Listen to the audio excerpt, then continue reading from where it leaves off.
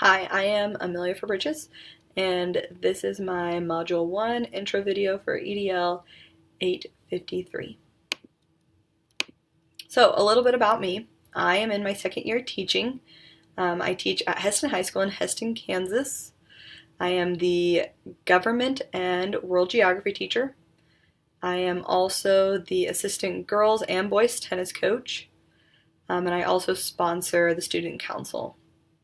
Originally, I am from just west of Hayes in Waukene, and I studied my undergrad at Bethany College and graduated in 2016.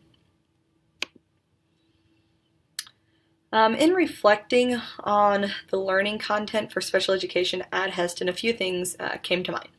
We are a fairly small school.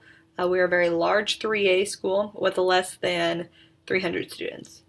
We are part of a cooperative, and students with high needs are sent to the Newton School District to be appropriately accommodated for. And truthfully, I don't know a whole lot of details about the cooperative. I don't see those students and never really will, and so my knowledge is fairly limited. As a result of the cooperative, we mostly have high-functioning SPED students within our buildings. Also, as a result, we have a good para to student ratio. And our paras really get to know our students, and that's really beneficial for them.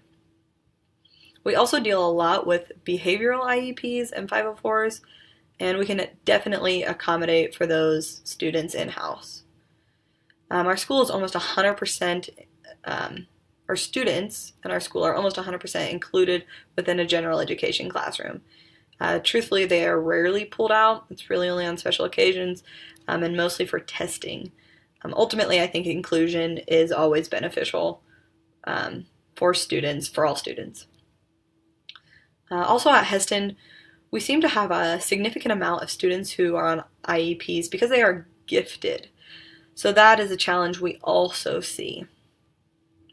Ultimately, I do feel as if our general education students miss out on the opportunity of having SPED kids included in their classes, especially those low-functioning students.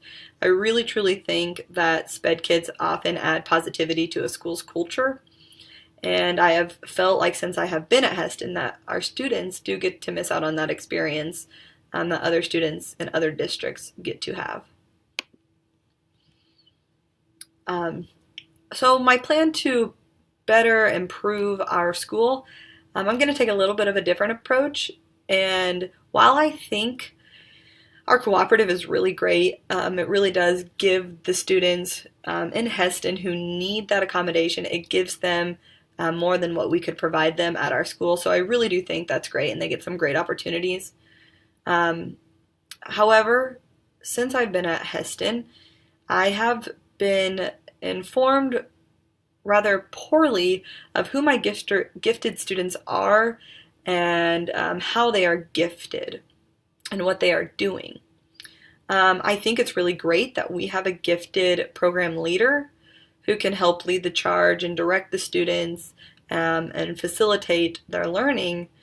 And what I know is students who are gifted, they get to pick a content and they do extensions within that content that is maybe their specialty. Students in the past have often chosen to do history or government extensions, and therefore that is my content. But I've only been informed of it unofficially or informally, and I have not been really used as a resource for them and have really only been informed hindsight.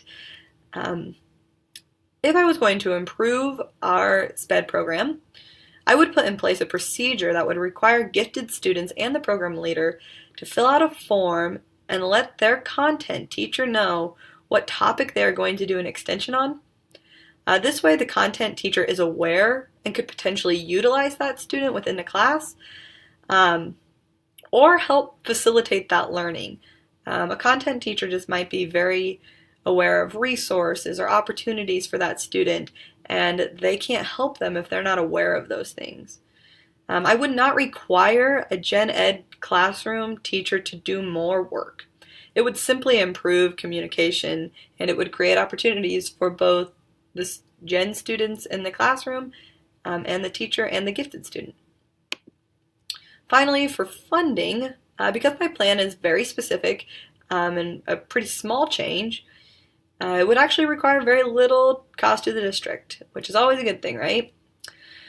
I would suggest that our gifted program leader go and observe other gifted teachers and go and observe other gifted programs. Ask them questions and learn from them.